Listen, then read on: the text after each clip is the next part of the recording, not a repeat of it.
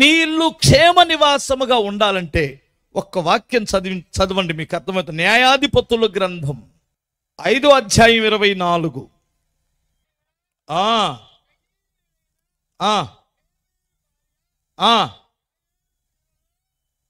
ఎవరి భార్య?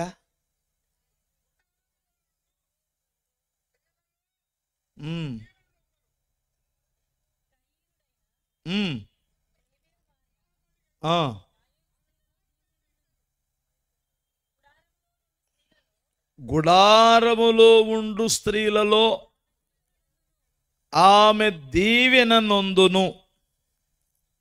ఎందుకో ఇప్పుడు చదువుతున్నాను నేను. హల్లెలూయా చెప్పండి. కయ్యూనీయుడైన హేబెరు భార్య యాయేలు స్త్రీలలో దీవెన నొందినది. ఎందుకో? గుడారములో నుండు స్త్రీలలో ఆమె దీవెన నొందింది.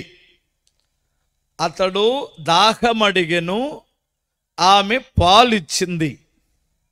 ఇంకా సర్దారులకు తగిన పాత్రలలో మీగడ తెచ్చి ఇచ్చెను.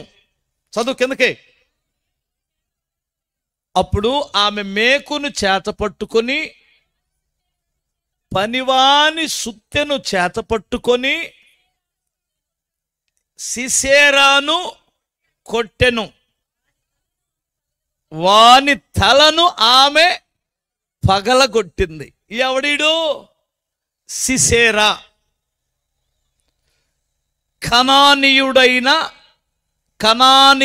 కనాను రాజు యొక్క సైన్యాధ్యక్షుడు. ఇతడు ఒక పరాక్రమశాలి. 20 సంవత్సరాలు ఇశ్రాయేలీలకు కంటి మీద కొనుకు లేకుండా చేసిన ఒక దుష్టుడు, దుర్మార్గుడు. ఎవరిని నిద్రపోనివ్వడు. వాడికి 900 ఇనుప రథాలున్నాయి. గమనించాలి. ఇనుము అనగానే బాధించే వస్తువులని అర్థం. వాడి దగ్గర బాధించే వస్తువులు బోలెడన్ని ఉన్నాయి. బాధించే ఆయుధాలు చాలా ఉన్నాయి. వాడు ఏ ఇంటికి వస్తాడో ఆ ఇల్లు బాధింపబడుతుంది. ఏ ఇంటికి వస్తాడో ఆ ఇల్లు సమాధానమును కోల్పోతుంది, నాశనమైపోతుంది ఆ ఇల్లు. కానీ ఈమె పిలిస్తే వచ్చాడా? పిలవకుండానే వచ్చాడు వాడు. ఏమన్నా కొంతకుముందు పరిచయాలు ఉన్నాయా వాళ్ళిద్దరికే?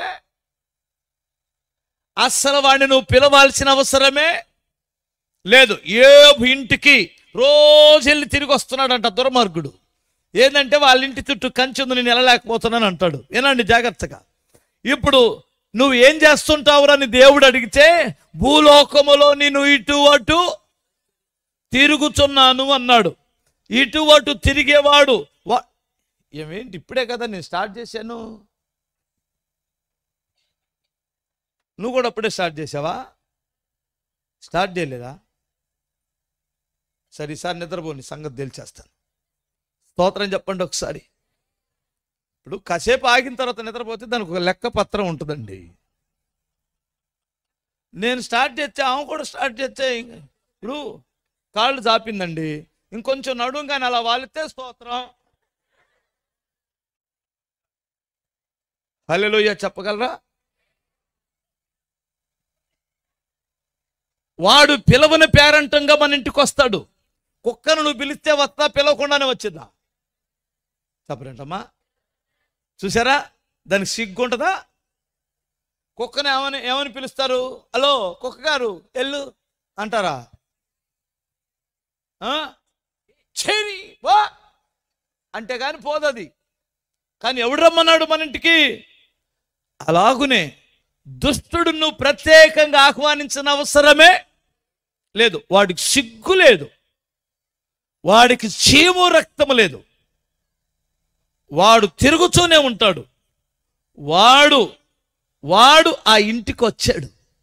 వచ్చిన తర్వాత వాడిని నిద్రపుచ్చింది ఫస్ట్. గమనించారు కదా?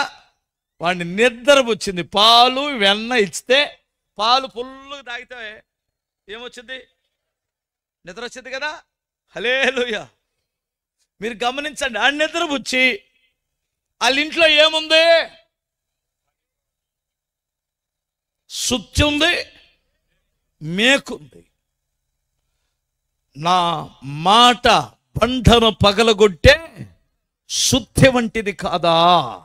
వాక్యముంది, వాక్యముంది. ఈ ఈ ఈ ఇదేంటి? మేకు ప్రార్థన అనుకుందాం. స్తోత్రం చెప్పాలి. కొడిచే కనచలో పెట్టి దెబ్బకి తలకు పగిలిపోయిందట. ఎందుకు ఈ ఇల్లు? యావేలు ఇల్లు దీవెన నొందినది. ఆ గుడారం ఏమైంది చెప్పండి? ఆమె స్త్రీలలో ఆమె దీవెన నొందిన స్త్రీ అని సాక్ష్యం ఇస్తుంది. కారణం ఏమిటంటే శత్రువును చంపాలి. నువ్వు నీ ఇంట్లో శత్రువు వచ్చాడు, ఎంతకాలం అయిందో? చంపావా? చంపావా? శత్రువుని చంపావా? మీకు ఒక మాట చెప్పనా? హల్లెలూయా చెప్పగలరా? మీ ఇంటికి పిల్లి వస్తే ఏం చేస్తారు? రోజు పాలు తాగిపోతుంటే ఏం చేస్తారు? కొడతారా? కొట్టరా? దేంతో కొడతావు? దేంతో కొట్టాలో కూడా చెప్పాలా పాస్టర్గా? ఏది ఉంటే దానితో కొడతాం.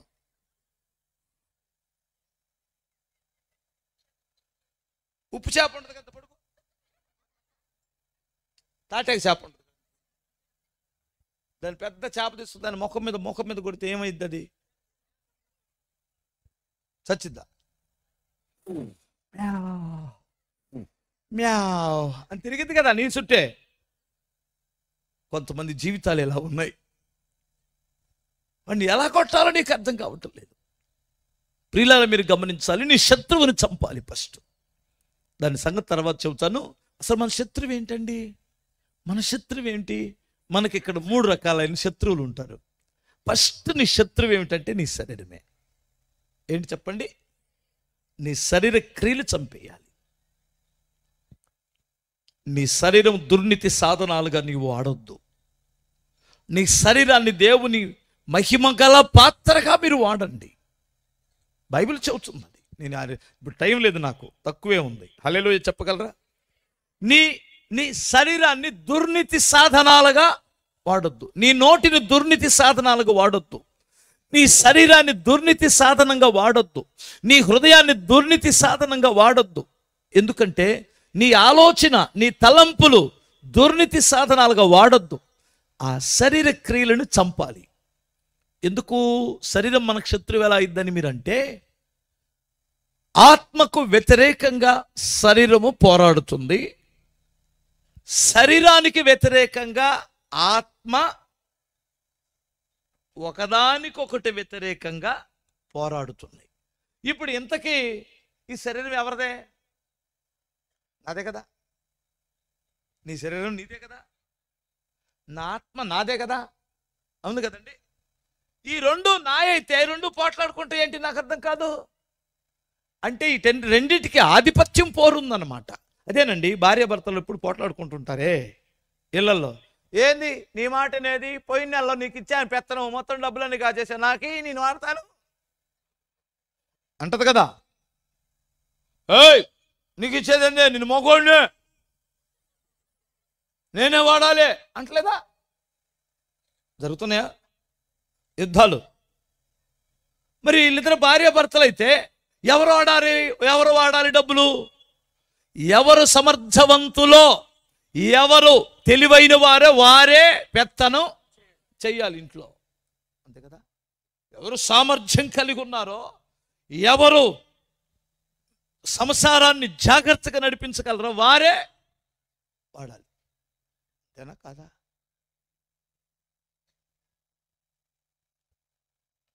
ఇంకా మాట చెప్పనా? ఎవరు బలవంతులో, ఎవరు తెలివైన వాళ్ళే వాడతారు. స్తోత్రం చెప్పండి.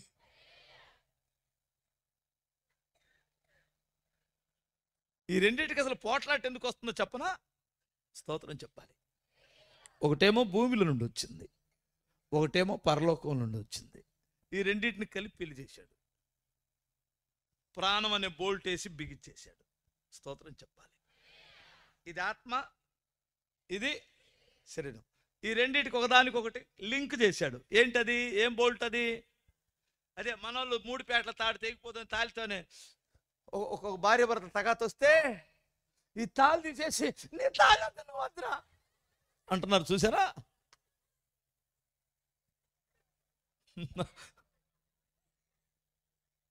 ఆడు జావుగానే ఏం తీసేస్తారు? చెప్పరంటమ్మా. తాళ్ళు తీసేసి ఆ రోజుతో నీకు నాకు పోయింది పోరాని ఇవ్వట్లేదా? అట్లాగే ప్రాణం పోయిన వెంటనే ఇడిపోతాయి రెండు. భూమిలోనికి వెళ్ళింది, పరలోకముల నుంచి వచ్చింది, పరలోకానికి వెళ్ళింది. అసలు ఏనాటి కూడా ఇది ఈ ఎదవది పరలోకం చూడదు. గమనించాలి. రక్త మాంసములు దేవుని రాజ్యమును స్వతంత్రించుకోవు. ఇది ఇక్కడ నాశనం అవ్వాలి. అందుకని దీనికి ఏం తెలుసంటే కేవలం ఏమి తిందామా, ఏమి త్రాగుదామా, ఏమి కట్టుకుందామా, ఏ బ్యూటీ పార్లర్కి వెళ్దామా, ఏ సినిమాకి వెళ్దామా, ఏ హీరోనా, ఏ మందు తాగుదాం, ఏ ఎదవ తిండి తిందాం, ఈ ఎదవ బుద్ధులు తప్ప. ప్రార్థన చేద్దాం, చర్చికి వెళ్దాం, నీతి కలిగి బ్రతుకుదాం, పరిశుద్ధత కలిగి బ్రతుకుదాం, పరలోకానికి వెళ్దాం అనే ఆలోచనే దీనికి తెలియదు. అసలు ఫస్ట్ తెలిసావు దీనికి. ఇది చేసిన ఎదవ పనులన్నిటికీ రేపొద్దున ఈ ఆత్మ అనే భర్త ఉన్నాడే, శరీరానికి మొగుడు ఎవరో ఆత్మ మన భాషలో చెప్పాలంటే. దీన్ని ఏలమని ఈ ఆత్మకి శరీరాన్ని ఇచ్చాడు. ఇదేమో భార్య చేతిలో ఓడిపోయింది అనుకో, రేపొద్దున ఈ ఆత్మ పడే పాటు అంతా ఇంత కాదు. ఏంటి అలా చూస్తున్నా? ఇటు తిప్పాడని చూస్తున్నారా? హల్లెలూయా. నీకు అర్థం కాదు, నేను చెప్పేది నిజం కదా? ఇది చేసిందల్లా ఏదో పనులు చేసేసి ఇక్కడ పాతి పెట్టబడింది. అక్కడికి వెళ్ళిన తర్వాత ఇట్లా నిలబడాలి. నీ భార్య మాటలు నువ్వేమి ఏం చేశావు? సినిమాలు చూసావుగా? భార్య మాటలని చూశాను. మందాగావుగా? నీ భార్య మాటలని తాగా. వీళ్ళు అంటున్నారు, ఒక రకంగా చూస్తున్నారు. భార్య నేను ఎప్పుడు చూస్తాను, ఆయన ఎప్పటి నుంచి చూస్తున్నాను పాస్టర్ గారు, లేనిపోయింది నేను ఎందుకు అట్లా చెబుతాను, బలివాడిలాగా అర్థం కాని వాళ్ళు ఇట్లా అనుకుంటుంటారు.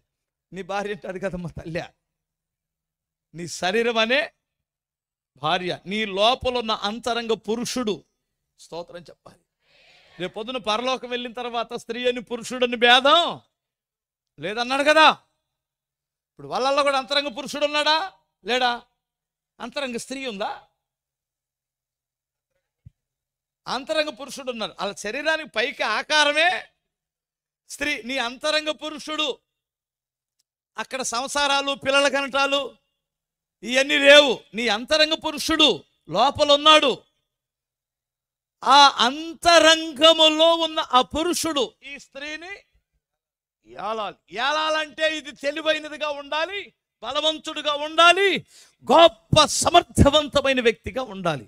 ఎందుకంటే రేపు పొద్దున మంచి చేసినా చెడ్డ చేసినా అక్కడికి వెళ్ళి దేవునికి లెక్కప్ప చెప్పాలి ఈ ఆత్మ. అందుకని దీనికి బలం పొందడానికి వాక్యం వినాలి, ప్రార్థన చెయ్యాలి, పరిశుద్ధాత్మతో నింపబడాలి. అప్పుడు శరీరాన్ని నువ్వు లొంగ తీసుకుంటావు. అర్థమైందా? శరీరం లొంగిందా లొంగలేదా? నీ మీద ఆత్మ డామినేట్ చేస్తుందా? నీ మీద శరీరం డామినేట్ చేస్తుందా? ఆత్మ డామినేట్ చేస్తుందా నీలో? శరీరం అయితే నీ ఆత్మ పోయినట్టే. ఎక్కడికి? నీ ఇష్టం. నువ్వు వాళ్ళనో వీళ్ళనో చూడొద్దు, నువ్వెవరిని అడగొద్దు, నువ్వు ఏ చర్చికి వెళ్ళినా ఒకటే. ఏనండి, శరీరము నీ మీద డామినేట్ చేస్తుందా, ఆత్మ శరీరం మీద డామినేట్ చేస్తుందా? నాకు చెప్పు. నువ్వు చెప్పినట్టు వింటుందా శరీరం? వింటుందా? వింటలేదా? పట్టణమును పట్టుకున్న వాడి కంటే తన మనస్సును స్వాధీనపరుచుకున్నవాడే శ్రేష్ఠుడు. స్తోత్రం చెప్పాలి. ఈ శత్రువుని చంపి పడేసినప్పుడు నీ గుడారం ఎలా ఉంటుంది చెప్పండి? క్షేమంగా ఉంటుంది. హల్లెలూయా. ఈ శరీరమే కదండి, చక్కటి భార్య ఉంది కదా, హ్యాపీ కదా, హ్యాపీ కదా. ఇంకొక దాన్ని కోరుకుంది ఎదవది. ఇంట్లో గొడవలు కదా. ఇంట్లో క్షేమమా నాశనమా? చెప్పరేంటమ్మా? ఇలా చెప్పుకుంటూ వెళ్తే బోల్డెన్ని ఉన్నాయి. నీళ్లు తాగు, పాలు తాగు, కూల్ డ్రింకులు తాగు, జ్యూసులు తాగు, మజ్జిగలు తాగు, లస్సీలు తాగు. పొగ ఎవడరానండి తాగమన్నది? అది కడుపు నిండేదా కాలు నిండేదా? దీనికి మళ్ళీ ఆస్వాదిస్తూ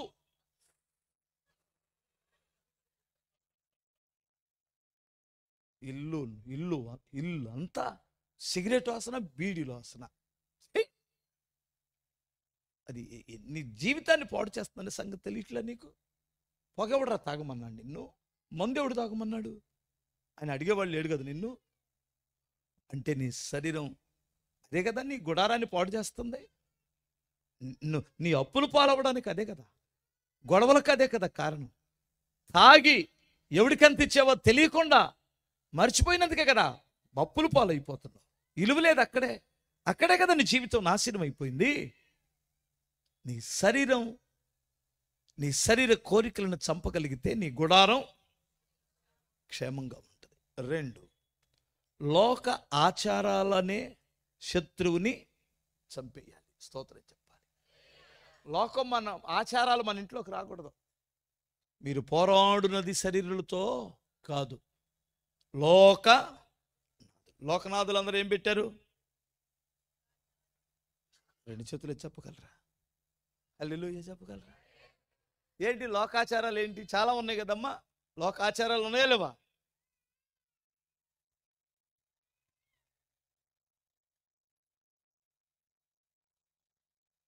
వాకిలు తూర్పే ఉండాలా?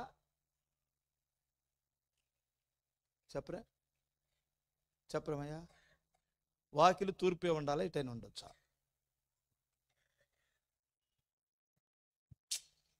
ఇన్ని చెప్పినా ఎన్రో చెప్పడం మనంతా ఎట్లా చెబుతాను మరి. అదే స్తోత్రం చెప్పగలరు ఒకసారి. భూమి గుండ్రంగా తిరిగిద్దని 7వ క్లాసులోనే 5, 6 క్లాసులోనే తెలిసింది. భూమి గుండ్రంగా తిరిగితే బుర్ర తక్కువడా? మరి తూర్పు వాకిలు ఉంటుందా?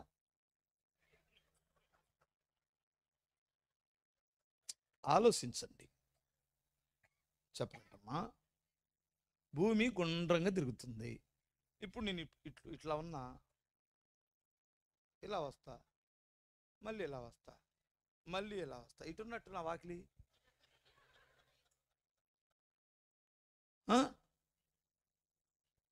అది లోకం దాన్ని నమ్ముతుంది. నువ్వు కూడా నమ్మితే నీకు బుర్ర పని చేస్తుంది అంటున్నాను. బుర్ర పని చేయట్లా, వాక్యం తెలియట్లా. ఫస్ట్ గుర్తుపెట్టుకోవాలి. ఇంకొక మాట చెప్తాను. తూర్పు, పడమడ, ఉత్తరం, దక్షిణం అన్నాడు. మరి అష్టదిక్కులు ఎక్కడి నుంచి ఎవడు పెట్టాడు? దేవుడే పెట్టాడా? బైబిల్లో ఉన్నాయా? ఆగ్నేయం విషయాన్ని ఉందన్నా ఉన్నాయా? ఈ 4కి ఆ 4 వాడు కలిపాడుగా. సత్యానికి అసత్యం ఏం చేస్తాడు? కలిపేస్తాడు. ఒకవేళ ఉన్నాయి అనుకుంటే 9 దిక్కులు ఉన్నాయి మనకి. 9వ దిక్కు తెలుసా నీకు? తెలుసా? తెలీదా?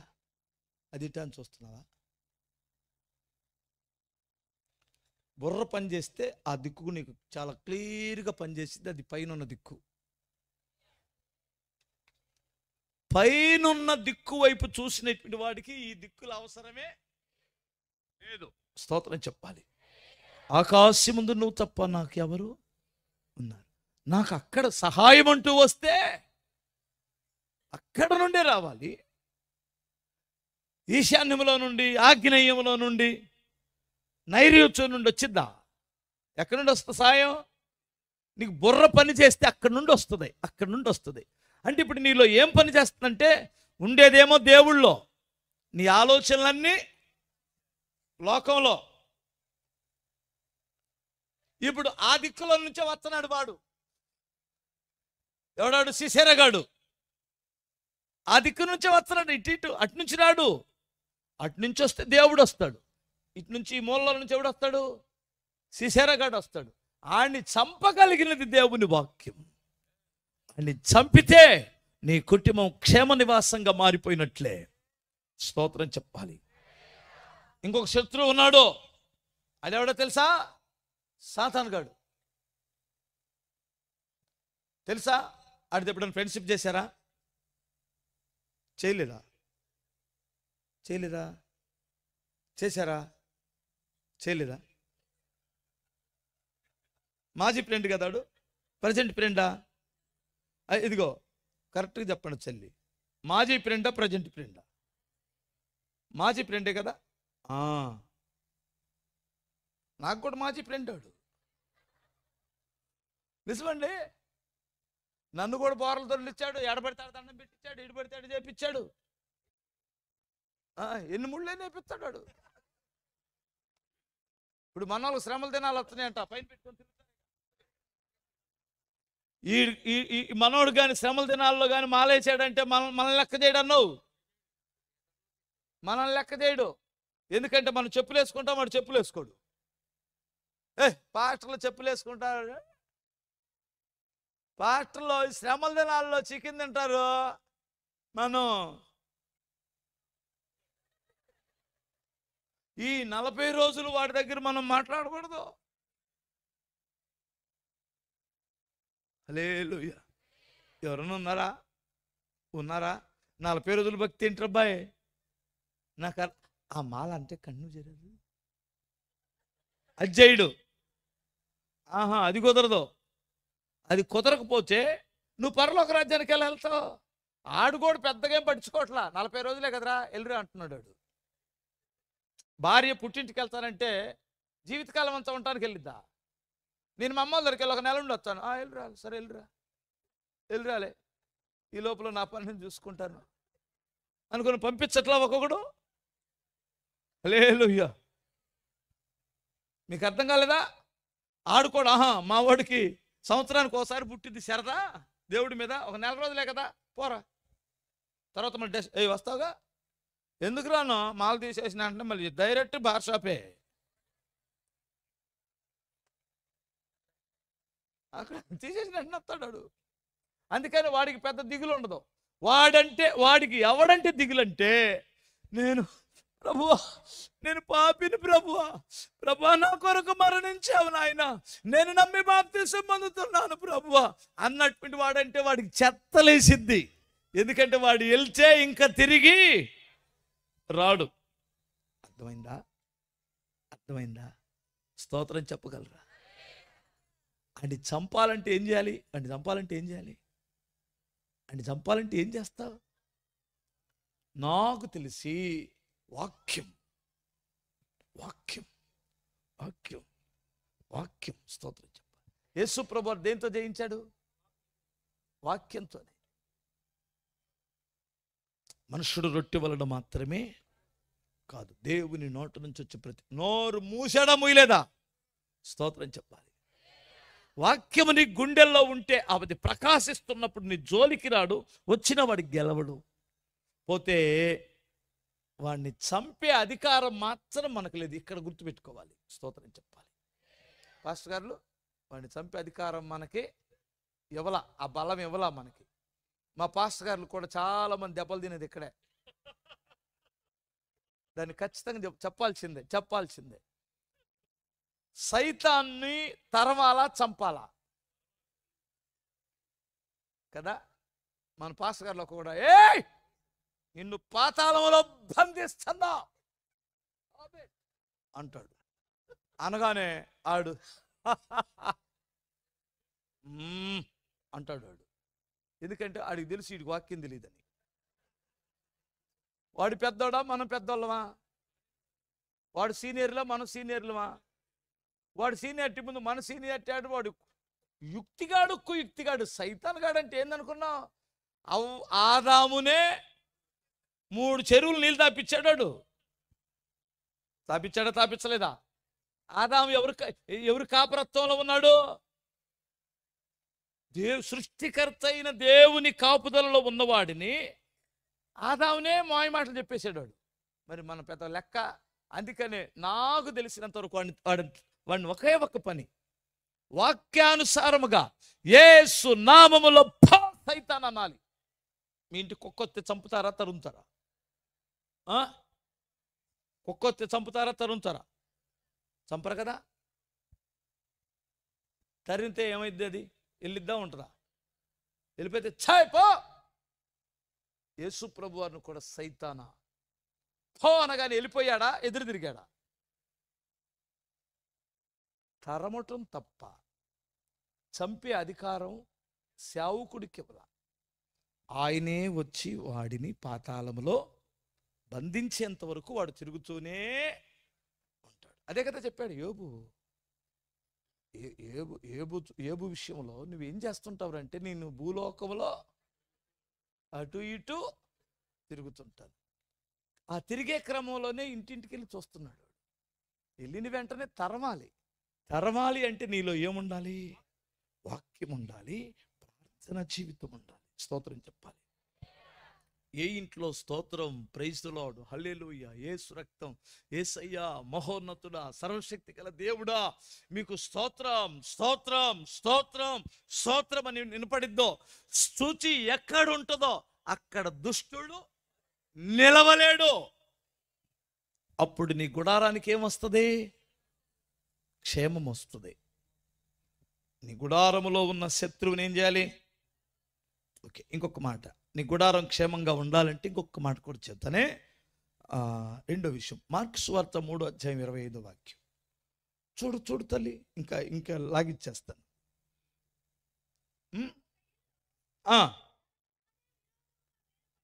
ఒక ఇల్లు తనకు తానే విరోధముగా వేరుపడిన ఎడల ఆ ఇల్లు నిలవకపోతే మరి ఏమైద్ది?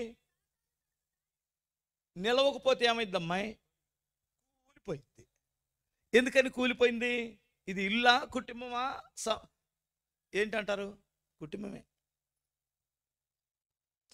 ఈ గోడ ఆ గోడకి వ్యతిరేకంగా లేచిద్దా? చెప్పరంటమ్మా. ఇల్లు అనగా భార్య, భర్త, పిల్లలు, ఒకవేళ ముసలోళ్ళు దేవుని దయవల్ల ఉంటే అత్త, మామ. హల్లెలూయా. తనకు తానే వ్యతిరేకమైన ఇల్లు క్షేమంగా ఉంటుందా? దుఃఖమే కదా. వ్యతిరేకమైన ఇంట్లో వేదనే కదా, నష్టాలే కదా. ఆ సమాధానం లేనప్పుడే కదా భర్త చచ్చిపోయింది ఆత్మహత్య చేసుకుని, భార్య చచ్చిపోతాడు. కుటుంబంలో నెమ్మది ఉందా? నేను ఇందాక ఏం చెప్పాను? ఫ్యాన్ ఆడుతుంటే మీకా నాకా? మాకు తిరిగింది కాబట్టి అంతే కదా. మీ అందరికి బాగానే ఉంది. ఇప్పుడు నీ ఇంట్లో ఇలాంటి అల్లరి చేసే ఫ్యాన్ ఒకటి ఉంటే నాశనమే కదా. ఒకడు అంటాడు, నువ్వెవరితో మాట్లాడుతున్నావు ఫోను? నిన్నే అంటే చూసి పట్టుకో, చూసి పట్టుకో. ఎక్కడ చూడాలి? ఈ ఈదులమ్మడి తిరిగే కుక్కని ఎక్కడని పట్టుకో? కల కనపడట్లేదా? పైపెచ్చు ఇంకొక మాట అంటాడు, నువ్వు చర్చికి వెళ్తున్నావుగా ప్రార్థనకి, ఆ మాత్రం ఇదేనా నీకు నేర్పిస్తున్న పాస్టర్ గారు వాళ్ళు? ఓర్చుకో, నేను మారే నాటికి మారుతాను. న్యాయమేనా మాటలో? న్యాయం ఉందా? ఎలా ఓర్చుకోవాలి? దానికి కరెంట్ ఆపితే కదూ అది ఆగింది. ఆగకుండానే శబ్దం చేయమాకు అంటే దానికి అర్థమై సచ్చిద్దా? అట్లాగే ఇటు ఫోన్ లాగితే కదా ఆమె శబ్దం చేయకుండా ఉండేది. చెప్పరేంటమ్మా? నువ్వు ఆపితే కాదు ఆయన మెదలకుండా ఉండేది. ఏమనుకో, మాకు వీళ్ళల్లో తక్కువ మంది ఉంటారు, కానీ లేకుండా మాత్రం లేరు. వీళ్ళు కూడా అంటారు, పట్టుకో, నువ్వు చేతనైతే పట్టుకోరా.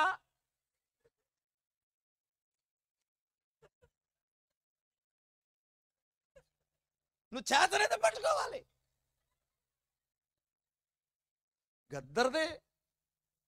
గద్దరదే. ఇంకో కుటుంబం ఎక్కడండి నిలబడేది? ఎక్కడ నిలబడేది చెప్పండి ఒకసారి. పిల్లల సంగతి ఏంటి? కుటుంబాల సంగతి ఏంటి?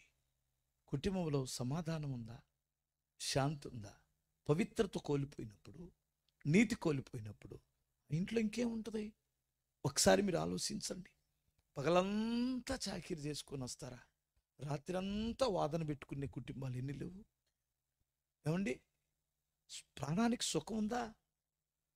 బయట నుంచి ఇంట్లోకి రాగానే ఆ భార్య ముఖం చూడగానే ప్రశాంతంగా ఉండాలి. బయట నుంచి ఇంట్లోకి రాగానే ఆ భర్త ముఖం చూడగానే ప్రశాంతంగా ఉండాలి. ఈ లోకంలో నీకు నీ భర్తకు నువ్వు, నీ భార్యకు నువ్వు, మీ ఇద్దరు తప్ప ఇంకెవరున్నారు? ఒకసారి ఆలోచించండి. మీ ఇద్దరే శత్రువులై పోట్లాడుకుంటే ఆ ఇల్లు నిలబడిద్దా? కూలిపోయిద్దా? అమ్మా హల్లెలూయా చెప్పగలరా తల్లి? మరే నేను ఈ మధ్య దుబాయ్ వెళ్ళానండి. మన తెలుగు వాళ్ళే, మన ఇండియాలో కూడా లేదండి అంత మంచి సాంబారు. అసలు తమిళనాడులో దొరకలా నాకు ఆ సాంబారు. అంత సూపర్గా పెట్టారు సాంబార్. ఇదేంటి ఉండేటువంటి సాంబార్ దగ్గరికి వెళ్ళారని చూస్తున్నారు కదా, చెబుతాను వినండి. నేను అడిగాను, ఏమయ్యా తమిళనాడులో కూడా ఇంత మంచి సాంబార్ దొరకలేదు, దుబాయ్లో దొరికింది ఏంటి అన్న. ఆ పాస్టర్ గారు, అన్నా వీళ్ళిద్దరు పెట్టారు సాంబార్. వీళ్ళిద్దరు వయసు తేడాగా ఉంది. ఒక ఆమె పెద్దామా, ఒక ఆమె చిన్న. మళ్ళీ పెట్టారు, ఒక సీనియర్ ఒక జూనియర్ పెట్టారా ఏం బేదారు అన్నాను. సీనియర్ జూనియర్ గారు బేరు ఏమత్త, ఆహా వీళ్ళిద్దరు కలిపి పెట్టారా అని అన్నాను. వాళ్ళిద్దరు కలిసి ఏ కూర వండినా, వాళ్ళిద్దరు కలిసి ఏం సాంబార్ పెట్టినా సూపర్ అని అన్నాడు. టక్కున బలి పెరిగింది. వీళ్ళిద్దరు కలిసి సాంబార్ పెడితేనే ఎంత టేస్ట్గా ఉంటే, వీళ్ళిద్దరు కలిసి సంసారాన్ని నడిపిస్తే ఏంటి అలా చూస్తున్నారు? కలిసిద్దా? కలుస్తారా? ఎవరిద్దరు కలుస్తారా? సమయాన్నంగా కలవరని అందరూ మాట, కలవరో అంటున్నారు వీళ్ళందరూ. కలిస్తే మాత్రం సాంబార్ సక్సెస్ అయినట్టు, కుటుంబం సక్సెస్ అయినట్లే. హల్లెలూయా. రెండు చేతులు చెప్పండి, కలవగలరా? కలవట్లేదా?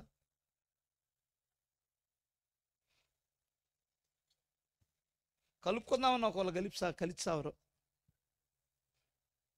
ప్రేమ కలిగి అమ్మాయి ఏమే ప్రమీల లే అనింది అనుకో, లేమ్మ బంగారం లేవే 2 ఇడ్లీ తిందు, లే ముందు చెబుతాను అని అంటదా? సరే తింటదా? ఏంటి మీ అమ్మ ఓవర్ యాక్షన్ చేస్తుంది ఎప్పటి నుండి?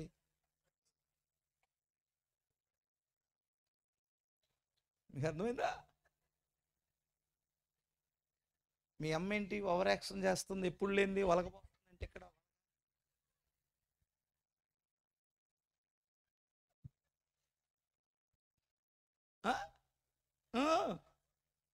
కొంతమందికి భలే అనుభవాలు ఉంటాయి. రక్తమే చెయ్యం స్తోత్రం చెప్పగలరు.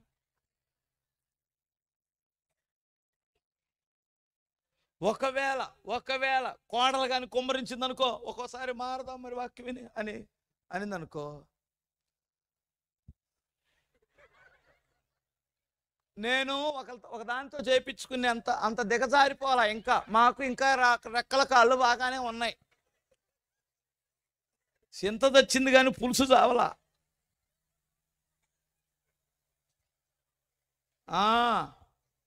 మమ్మల్ని అంత సేటుగా ఇది చేయాల్సిన అవసరం లేదు, మమ్మల్ని మంచి చేసుకోవాల్సిన అవసరమే లేదు అన్న మాటలు మాకున్నాయి, గుర్తే ఉన్నాయి. ఇంకేడండి సమాధాన పడేది?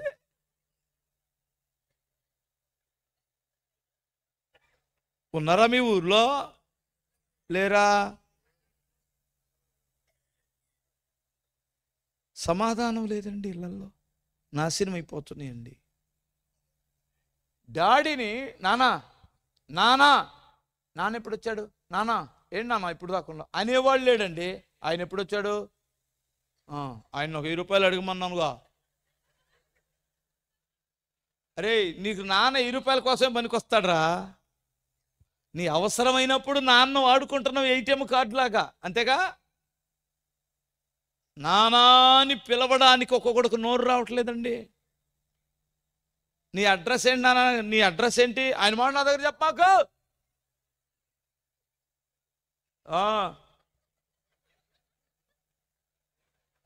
నీ ఆధార్ కార్డు మీద ఎవడి పేరు ఉంది బాబు,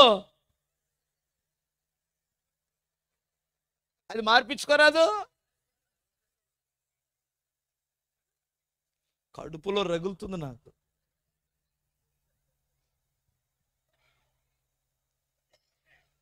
అసలు నువ్వు ఎక్కడ స్టార్ట్ అయ్యావు తెలుసా? మీ నాన్న నడువులో నుంచి స్టార్ట్ అయ్యావు. నీ అడ్రస్ అది. ఆయన్ని పట్టుకొని ఆయన సంగతులు చెప్పొద్దు. పిచ్చుకొక్క గరిచినోడు అడుగుతాడు ఒక్కొక్కడు. మరి ఇక్కడ ఉన్నారో లేరో నాకు తెలీదు. మీకు మంచిది కాదు నాన్న, మీ కుటుంబాలు క్షేమంగా ఉండవు. టైం అయిపోయింది, లేపో. స్తోత్రం చెప్పండి ఒకసారి.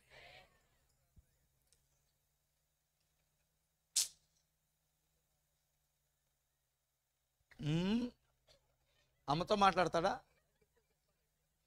అమ్మేగా తడిక.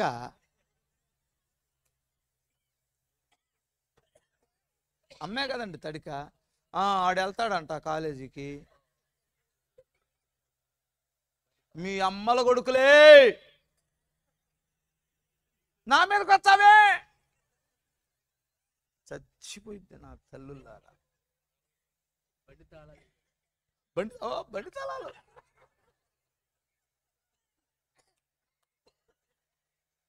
కుటుంబాలు నాశనం అయిపోతున్నాయి బాబు. సమాధానం ఎక్కడ లేదు అక్కడ ఆశీర్వాదం ఉండదు. సహోదరుల ఐక్యత కలిగి నివసించుట ఎంత మేలు, ఎంత మనోహరం. అక్కడ ఆశీర్వాదము, శాశ్వత జీవం ఉండాలని కదా ప్రభు సెలవిచ్చాడు. నెంబర్ 2, సమాధానంగా ఇల్లుని కాపాడుకోవాలి. నెంబర్ 3, సేవకునికి చోటు మీ ఇంట్లో, మీ కుటుంబంలో ఒక సభ్యునిగా స్వీకరించాలి, చోటు ఇవ్వాలి. 4, ఆతిథ్యం ఇవ్వాలి. ఇప్పుడులాగా హోటళ్ళు కానీ, బజ్జీలు కానీ, పునుగులు కానీ దొరకవు ఆకలినోడికి. అక్కడ స్టార్ట్ అయితే నార్త్లో సౌత్ వెళ్ళేంత వరకు మరలా యెరూషలేము వెళ్ళిన దాకా ఏమీ దొరకవు. మధ్యలో ఈ దాతృత్వం కలిగిన దాత గుడారం ఉంది. అందుకని ఈయన మనసు ఏమిటంటే, ఆ దారిని ఎవడైనా వెళ్తుంటే కదిలిచ్చి అన్నం పెట్టి పంపిస్తాడు. హలో బాబు, నీకు దండం పెడతాను, అన్నం నేను వెళ్ళు అంటాడు. మరి అదేం మనసు? మనకు దండం పెడతాను, ఒక ముద్ద అన్నం పెట్టమంటే పందిలాగా ఉన్నావు, చేసుకోలేవో అనే స్థితిలో మనం ఉన్నాం. అబ్రాహాము సంతానం కదా మనం. మీకు అర్థమైందా? ఆయనేమో కాళ్ళ వరకు మొక్కి అన్నం తినేళ్ళమన్నాడట. స్తోత్రం చెప్ప. అసలు వాళ్ళు దేవుడు అనే సంగతి తెలుసండి ఆయనకి, తెలియకనే ఇచ్చాడు. కాళ్ళ మీద పడి నీళ్ళు ఇచ్చి ఇక బచ్చిమలాడి ఈ చెట్టు కింద కాసేపు అలసట తీర్చుకొని అన్నం తినేళ్ళండి అన్నాడు. సరే నువ్వు బలవంతం చేస్తున్నావు కాబట్టి తింటాం లేవండి, చెయ్యి, తయారు చేయి అన్నాడు. పరిగెచ్చుకుంటూ వెళ్ళి మందలోకి వెళ్ళి కొవ్విని దాన్ని ఆయన నేర్చుకున్నాడు. మనమైతే అరే ఆ బక్కదాండి, అదే మన కాలు ఇరిగింది కదా కుంటికోడి, దాన్ని పాస్టర్ గారికి పెట్టేసి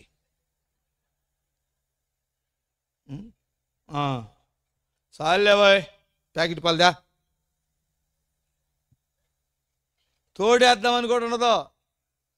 ప్యాకెట్ ఒకటిదాపా సోది, మళ్ళీ దాన్ని తేవడం, కాగబెట్టడం, తోడేయడం, ఇవన్నీ పాస్టర్కి అంత అవసరం అంటారా? అమ్మాయి ఏమనుకోమాకండి. ఆయన దోణ తీసుకొచ్చి అప్పచెప్పి పాలని ఎన్న తయారు చేయడానికి వెళ్ళేటప్పుడు ఏం చేశాడు తెలుసా? 6 కేజీల పిండి, 3 మానికల పిండి 90 ఏళ్ల శారాకిచ్చి బాగు చేయన్నాడు. రొట్టెలు చేయన్నాడు. రొట్టెలు చేయన్నాడు. అమ్మ అన్నం వంటం తేలిక, రొట్టెలు చేయటం తేలిక కదా? రైస్ కుక్కర్లో పెడతారు, ఇప్పుడైతే కరెంట్లో పెడతారు, టీవీ చూస్తారు. కాసేపు ఆగిన తర్వాత ఉంటుంది. స్విచ్ ఆపడానికి కూడా వెళ్ళడానికి బద్ధకం.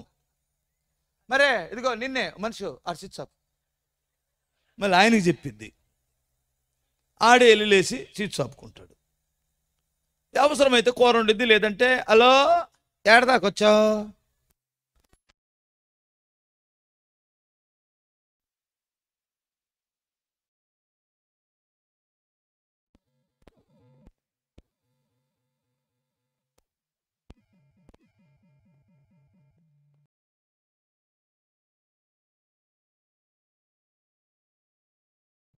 ఆమె చేతులతో రొట్టెలు చేశారు. మీరైతే ఏమంటారు?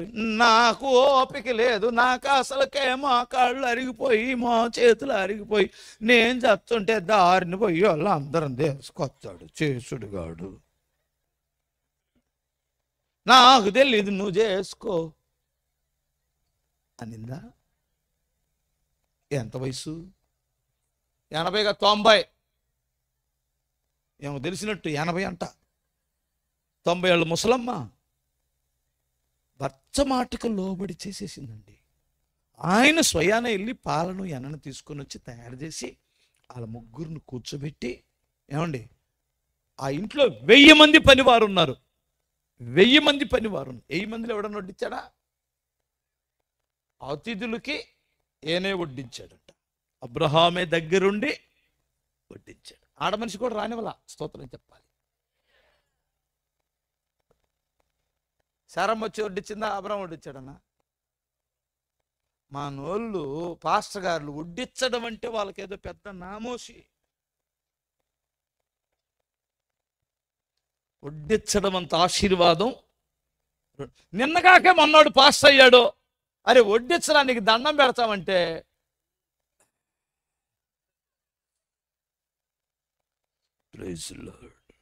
పాట పాడమంటే పాడుతాను, కానీ వడ్డించడం మనల్ని కాదన్నా. రేంజ్ మారింది.